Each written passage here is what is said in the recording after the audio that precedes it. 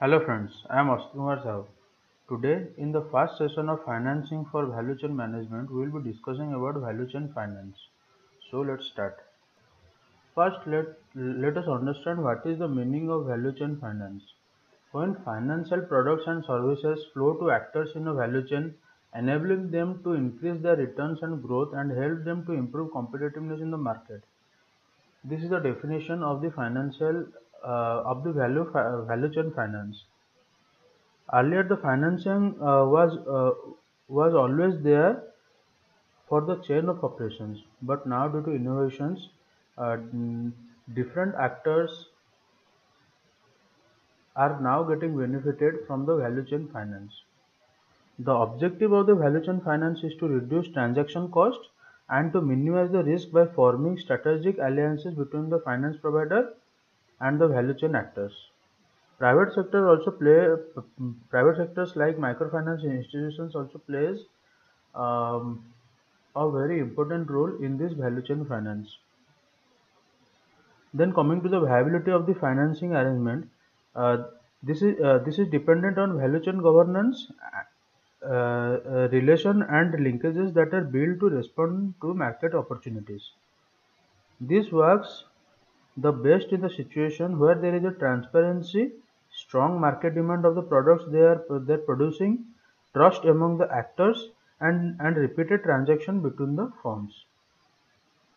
Better the relationship among the actors, more open will they be to rely on the value chain to facilitate access to finance.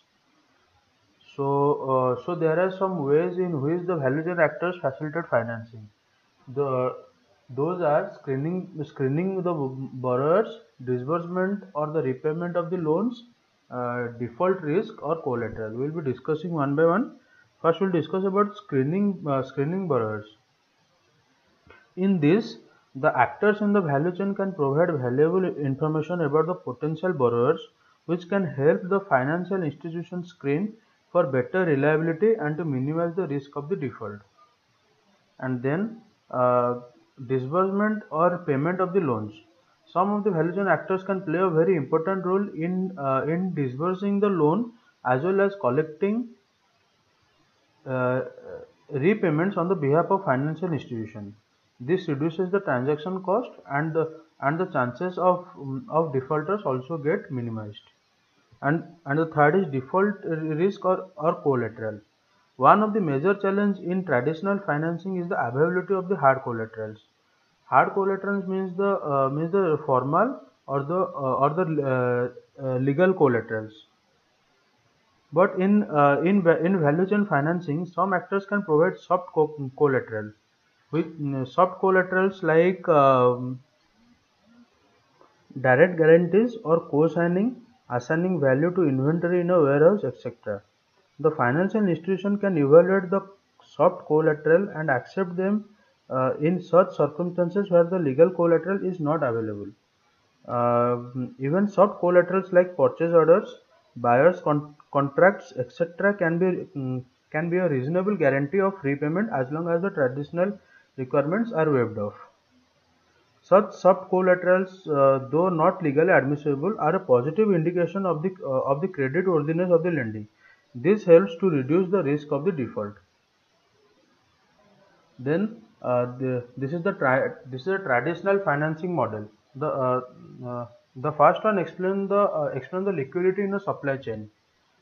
Here the farmer gets loan from the trader and the trader gets loan from the processor, and there is no provision of the loan for the retailer and the retailer.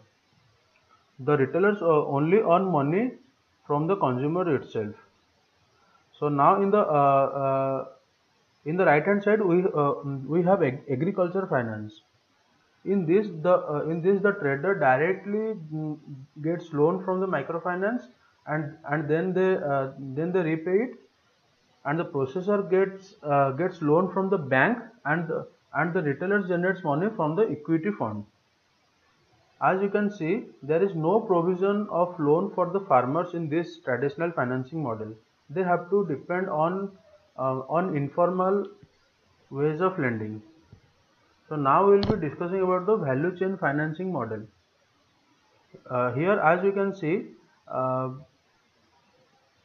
each and every actor involved in a value chain can ca- can get financial assistance from the bank or the financial institutions.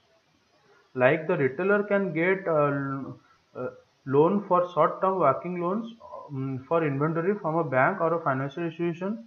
Wholesaler also get financial assistance in the form of capital loans, bank guarantee, letter of credit. Processor also get financial assistance for the equipment financing from the bank and from and financial institution, and also can get working capital loans. The aggregator also get financing from the bank and the financial institution for equipment financing and working capital loans. Producer and the farmer, which is the important part of the value chain, which was not covered in the traditional financing model.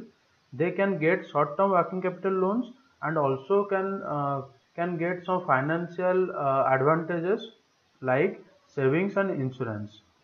Here, the input suppliers also get loans in the form of working capital loans for the inventory from the bank and financial institutions. So, in the next session, we will be discussing about the status of the rural market with respect to financing. Thank you. Till then, bye.